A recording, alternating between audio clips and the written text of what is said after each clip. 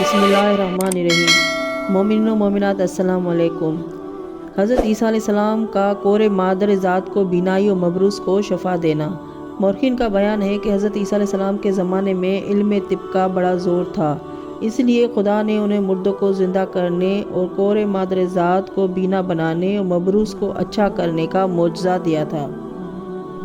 ویسے وہ عظیم الشان حکیم تھے اور ہر مرض کا علاج کرتے تھے، لیکن قرآن مجید میں صرف مذکورہ 3 ہی چیزوں کا ذکر اس لیے ہے کہ ان چیزوں سے تمام دنیا کے طبیب عاجز تھے۔ قرآن مجید میں لفظ اکمہ آیا ہے، اس کے معنی کور مادر ذات کے ہیں، یعنی اندھا جو پیدائشی ہو، جس نے کبھی روشنی دیکھی ہی نہ ہو۔ سلوی کا بیان ہے کہ ایک روایت میں ہے کہ کنعان کا ایک فرزند تھا جو ابہج تھا۔ اس کی بیوی ایک دن اسے حضرت عیسیٰ علیہ السلام کے پاس لائی اور ان سے درخواست کی کہ اسے تندرست کر دیجیے۔ انہوں نے فرمایا کہ میں صرف بنی اسرائیل کے لیے بھیجا گیا ہوں اور انہی کا علاج کرتا ہوں، تو چونکہ بنی اسرائیل سے نہیں ہے اس لیے میں تیری یہ خدمت نہیں کر سکتا۔ اس نے کہا کہ اے نبی خدا، دنیا کا دستور ہے کہ جب امیروں کے دسترخوان جھاڑے جاتے ہیں تو اس سے کتے فائدہ اٹھاتے اور اس کے گرے ہوئے ٹکڑے کھا کر اپنی بھوک کا علاج کرتے ہیں۔ آپ کریم ہیں، آپ یہ نہ دیکھیں کہ میں کون ہوں، آپ صرف یہ دیکھیں کہ میں خدا کی مخلوق ہوں۔ خدا را آپ مجھے بے نیل و مرام واپس نہ کیجیے۔ حضرت عیسیٰ علیہ السلام نے فرمایا کہ اچھا ٹھہر جائیں، اپنے مالک سے اجازت لے لوں۔ چنانچہ انہوں نے بارگاہ اہدیت میں عرض گداشت پیش کی اور اجازت ملنے پر اس کا علاج کر دیا، اور وہ اپنے فرزند کے تندرست ہو جانے سے خوش ہو گئی۔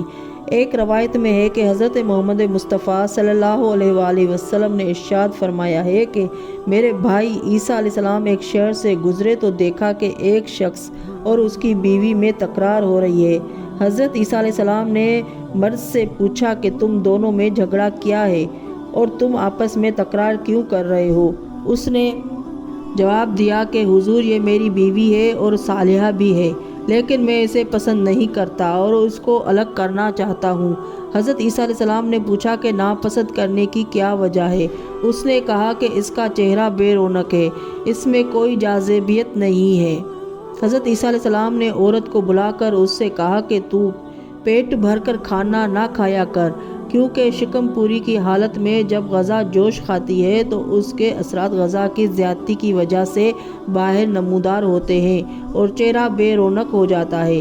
چنانچہ اس نے اس پر عمل کیا اور اپنے شوہر کی محبوب بن گئی۔ واہ سبحان اللہ! پھر وہ وہاں سے روانہ ہو کر ایک دوسرے شہر میں پہنچے۔ وہاں لوگوں نے ان سے شکایت کی اور کہا کہ ہمارے درختوں میں کیڑے لگ جاتے ہیں اور ان کی جڑوں کو خراب اور پھلوں کو ناکارہ کر دیتے ہیں۔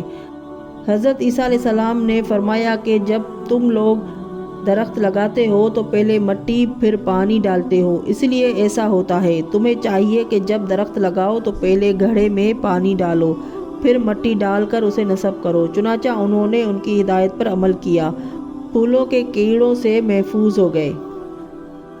پھر حضرت عیسیٰ علیہ السلام وہاں سے اور آگے بڑھے اور ایک شہر میں وارد ہوئے۔ وہاں کے لوگوں کو دیکھا کہ ان کے چہرے زرد اور ان کی آنکھیں نیلی ہیں۔ انہوں نے ان کے نمایاں افراد سے دریافت کیا کہ تم لوگوں کی یہ حالت کیوں ہوئی ہے؟ انہوں نے کہا کہ ہمیں اس کی خبر نہیں ہے۔ حضرت عیسیٰ علیہ السلام نے فرمایا کہ بات یہ ہے کہ تم لوگ گوشت بلا دھوئے ہوئے پکاتے ہو، اسی لیے اس قسم کی بیماری پیدا ہوتی ہے۔ سنو، جب جانور ذبح ہوتا ہے تو اس کے ہر رگ و روپے سے جنابت کا ظہور ہوتا ہے۔ مقصد یہ ہے کہ جب کسی بھی جاندار کے جسم سے روح نکلتی ہے تو اس کے رگ و روپے میں مادہ منویہ خارج ہوتا ہے اور اس وقت تک اس کے گوشت میں لگا رہتا ہے جب تک وہ دھویا نہ جائے۔ چنانچہ ان لوگوں نے ہدایت پر عمل کیا اور مذکورہ بیماری سے محفوظ ہو گئے۔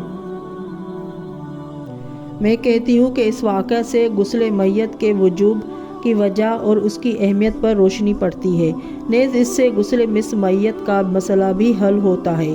حضرات ائمہ طاہرین علیہ السلام نے ہمیں بتایا ہے کہ مرنے کے بعد جب گرمی جسم سے دور ہونے لگتی ہے تو مادہ باہر نکلنے لگتا ہے۔ یہی وجہ ہے کہ مس میت کا غسل اس وقت واجب ہوتا ہے، جبکہ مس میت جبکہ میت چھوئی جائے، یعنی میت کے سرد ہونے کے بعد اور غسل سے پہلے جو میت کو مس کرے اس پر غسل واجب ہوتا ہے۔ حضرت رسول کریم صلی اللہ علیہ وآلہ وسلم ارشاد فرماتے ہیں کہ پھر میرے بھائی حضرت عیسیٰ علیہ السلام ایک اور شہر میں گئے تو وہاں کے لوگوں کو دیکھا کہ ان کے دانت گر گئے ہیں اور ان کے چہرے پھولے ہوئے ہیں۔ لوگوں نے حضرت سے شکایت کی اور اپنی پریشانی ان پر ظاہر کی۔ حضرت عیسیٰ علیہ السلام نے فرمایا کہ تم لوگ سوتے وقت دانتوں کو ایک دوسرے پر دبا کر سوتے ہو، جس کی وجہ سے وہ سانس جو اندر جاتی ہے جب وہ منہ سے نکلنا چاہتی ہے تو منہ کے بند ہونے کی وجہ سے وہ دانتوں کی جڑوں سے ٹکراتی ہے، اس وجہ سے یہ حالت پیدا ہو جاتی ہے۔ ان لوگوں نے اس کی طرف توجہ کی اور مرض سے محفوظ ہو گئے۔ اللہم صلی علی محمد وآل محمد۔